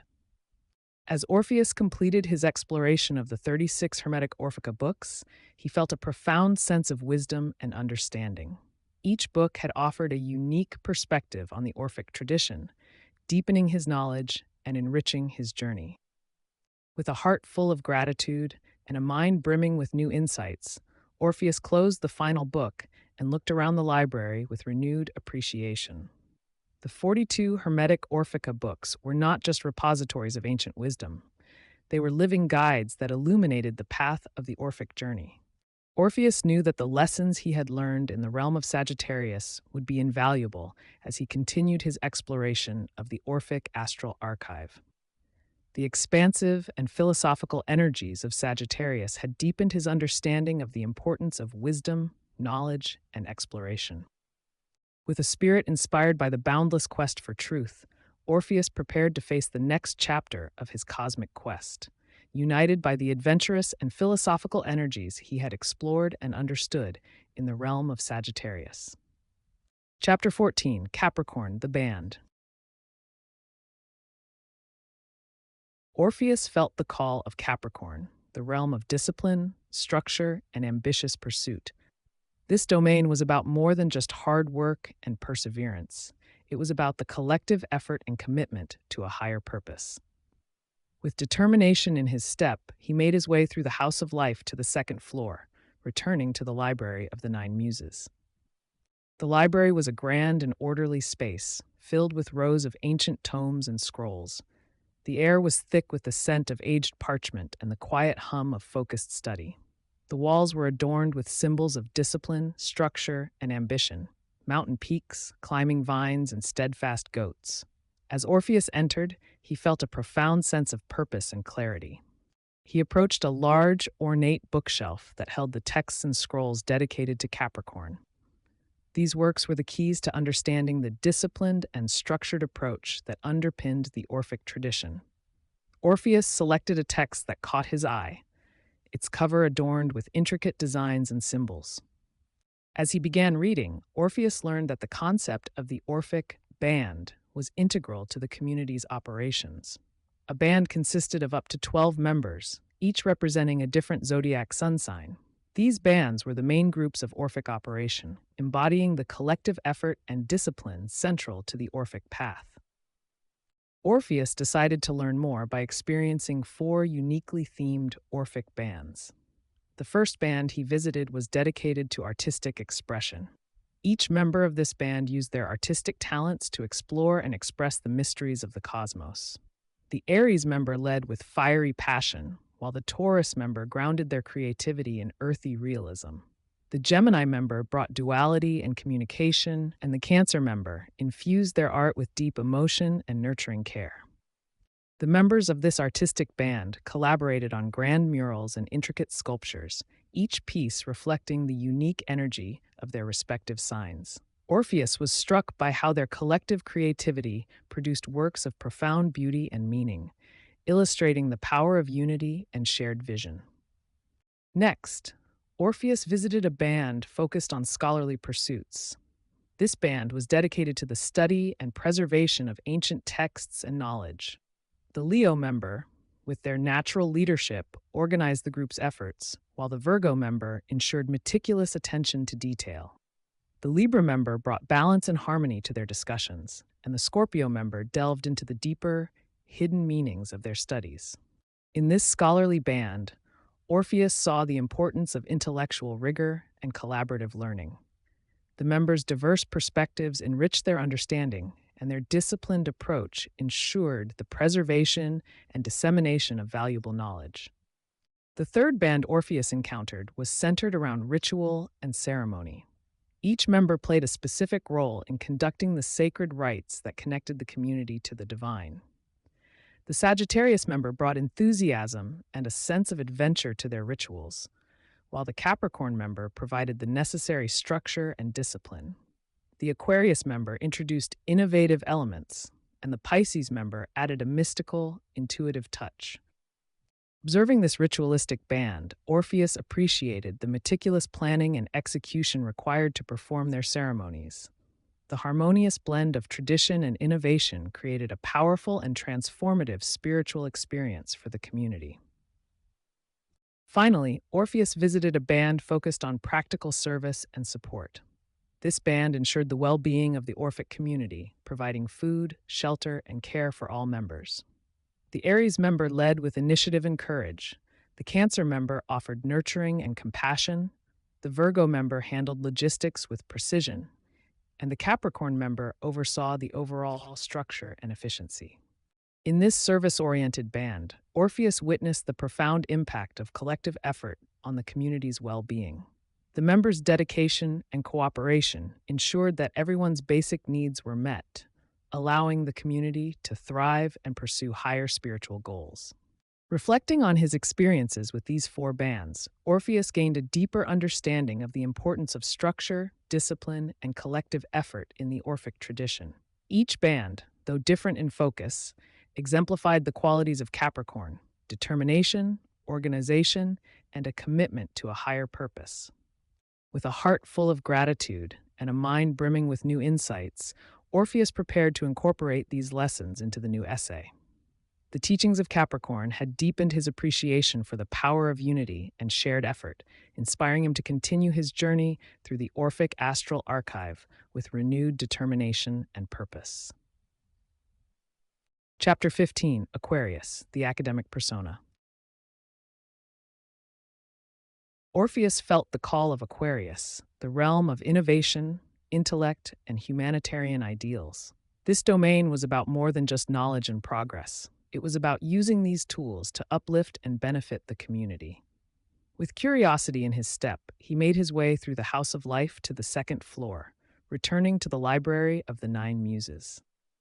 The library was a bright and airy space, filled with rows of ancient tomes and modern scrolls.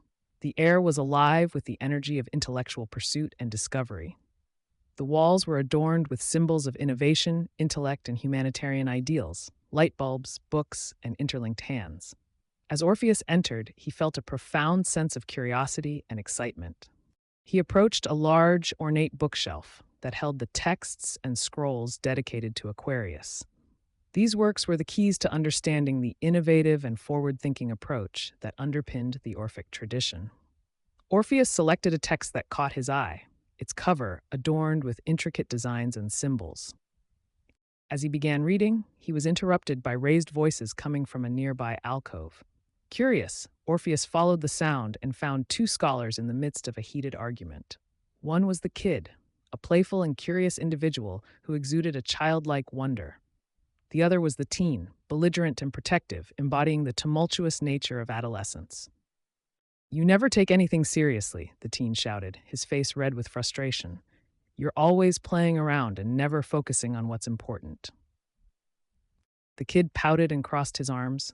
"I'm just trying to explore and have fun. You always want to control everything and ruin my enjoyment." Orpheus stepped forward, trying to mediate. "Hey, let's calm down. What's going on here?"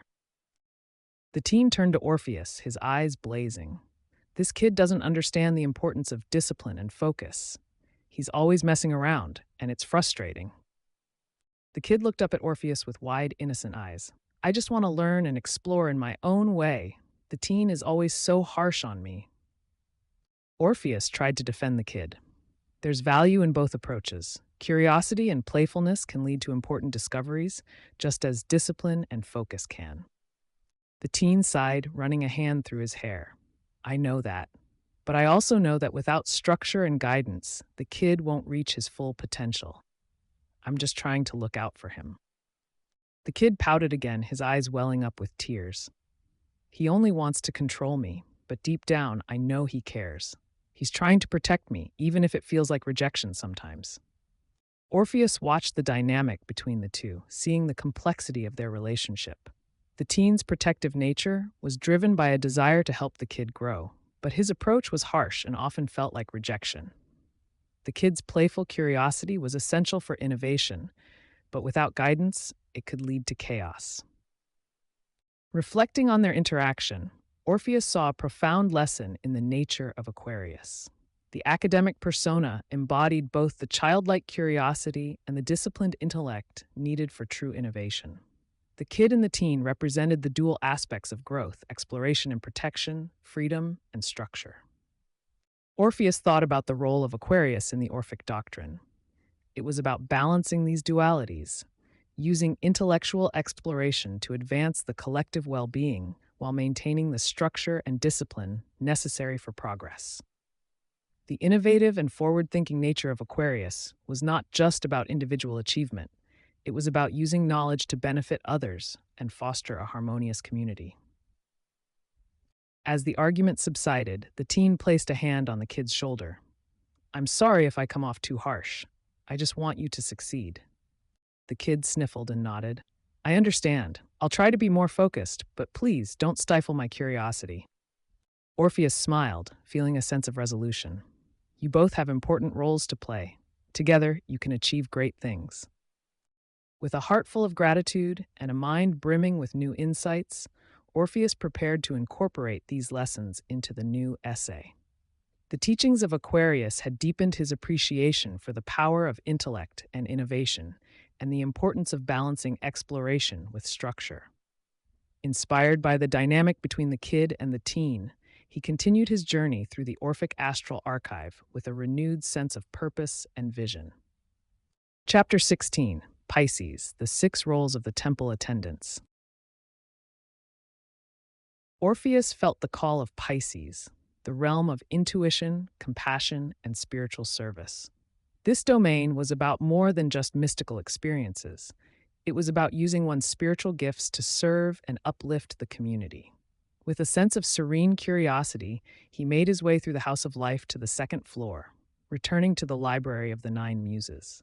The library was a tranquil and serene space, filled with rows of ancient tomes and illuminated manuscripts. The air was imbued with the scent of incense and the soft glow of candlelight. The walls were adorned with symbols of spirituality, intuition, and compassion: fish swimming in a cosmic sea, lotus flowers, and gentle waves.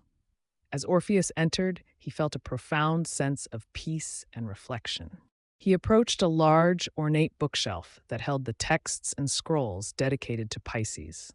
These works were the keys to understanding the intuitive and compassionate approach that underpinned the Orphic tradition. Orpheus selected a text that caught his eye, its cover adorned with intricate designs and symbols. As he began reading, Orpheus learned about the 6 roles of the temple attendants in the Orphic tradition.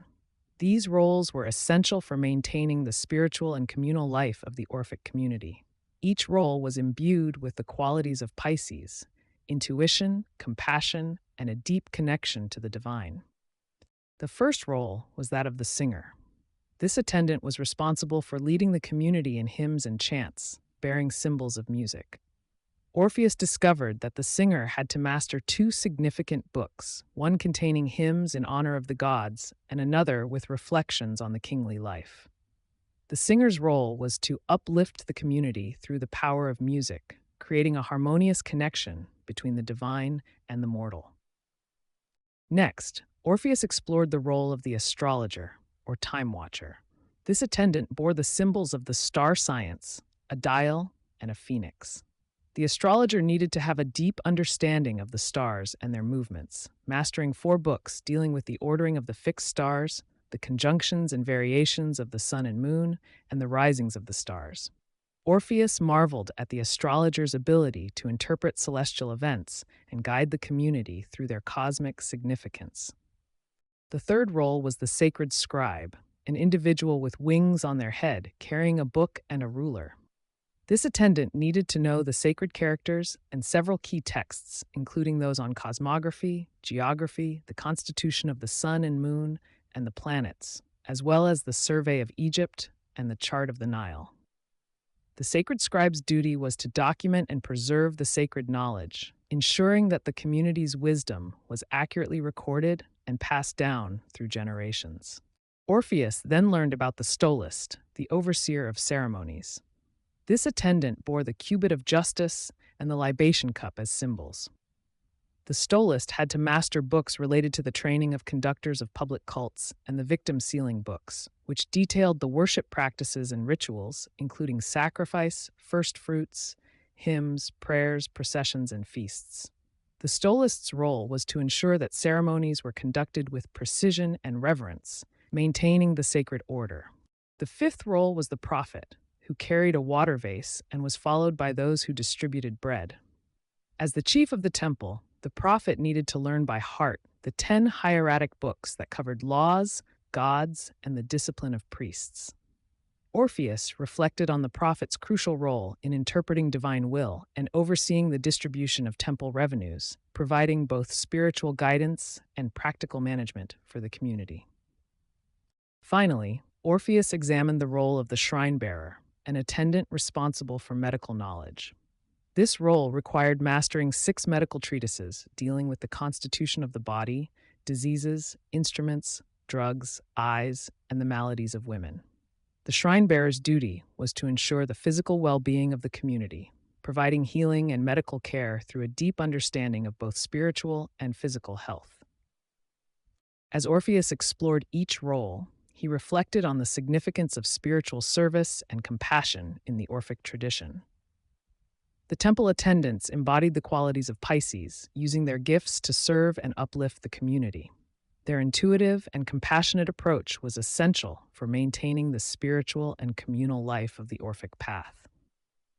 Orpheus felt a deep connection to the teachings of Pisces.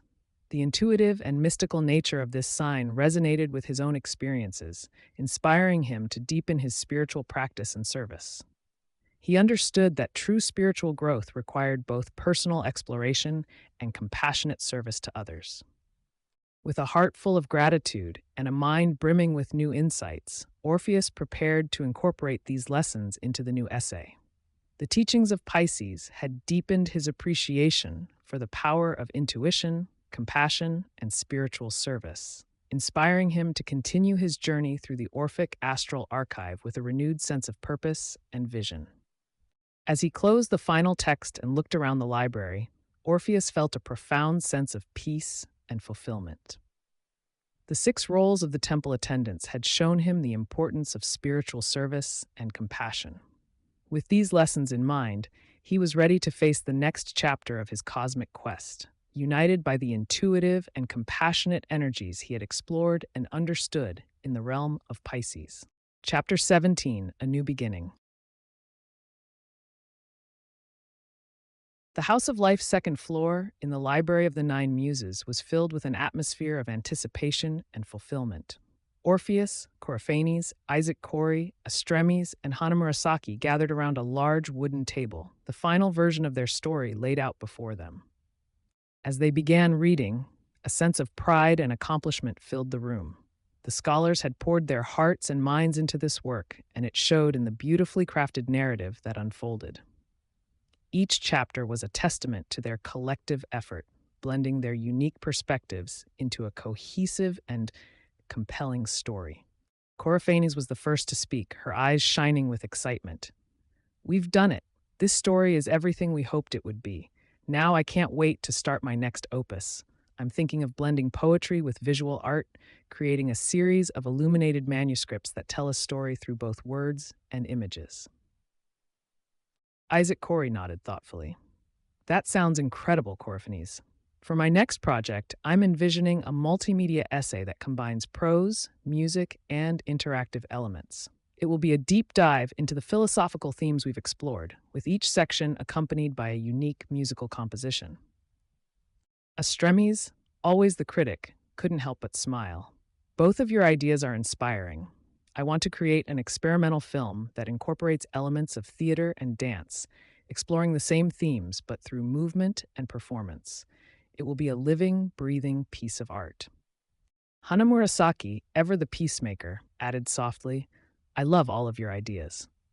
For my opus, I plan to write a novel that integrates poetry and music, with each chapter featuring an original song that reflects the emotions and themes of the story. It will be a journey of the heart and soul."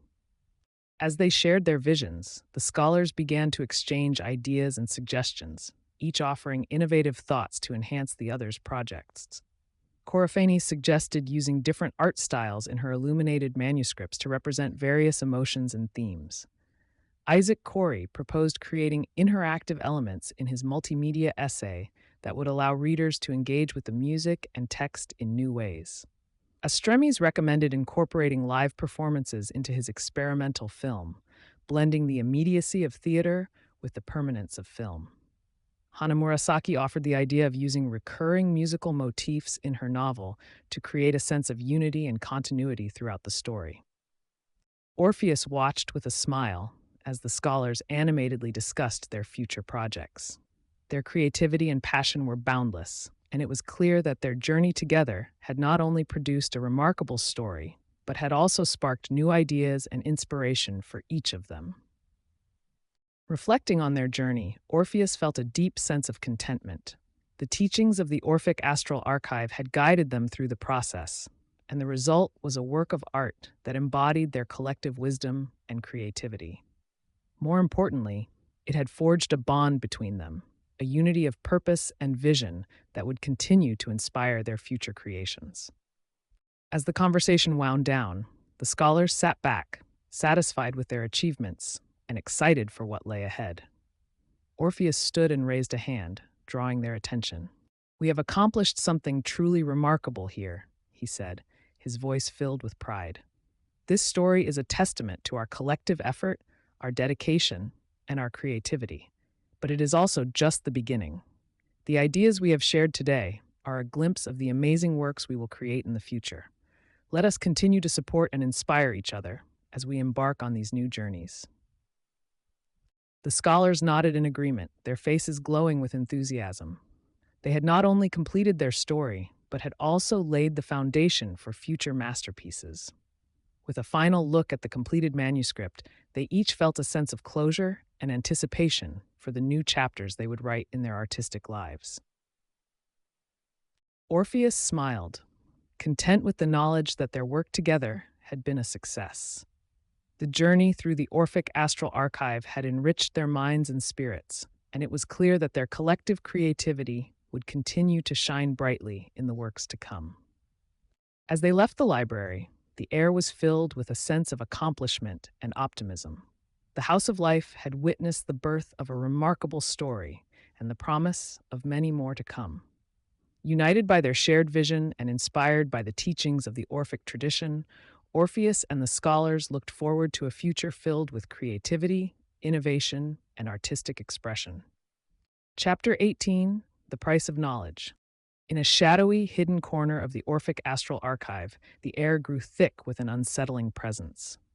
Hecate stood before the reader, her form shifting seamlessly between three unsettling personas. Ah, so you seek knowledge, do you? Her bulging eyes and humped back lent her an air of twisted mockery as she cartwheeled around the room, cackling madly. Everything is so funny, don't you think?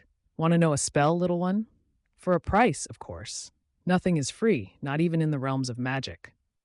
She leaned in close, her eyes wide and wild. Have you ever wondered what it's like to drown in your own nightmares, or to feel your skin crawl off your bones? Such delightful thoughts to ponder while seeking forbidden knowledge, yes? Her cackles filled the air, a chilling symphony of madness. Suddenly, her form rippled and twisted into a massive, scaly dragon. Chains interlaced down its back and monsters churned in its belly. Fire flickered out of its empty eye sockets and its enormous teeth gleamed menacingly. Hungry for power, are you? She growled, her voice rumbling like thunder. Need to feed that insatiable desire for the arcane? Her monstrous form was both terrifying and grotesque. She opened her mouth wide, and from its depths, she vomited up a huge tumorous sac, the misshapen forms of hybrid beasts writhing inside. The sac remained connected to her mouth, as though she had turned herself inside out. With a wet burp, she swallowed it back up, her laughter echoing eerily.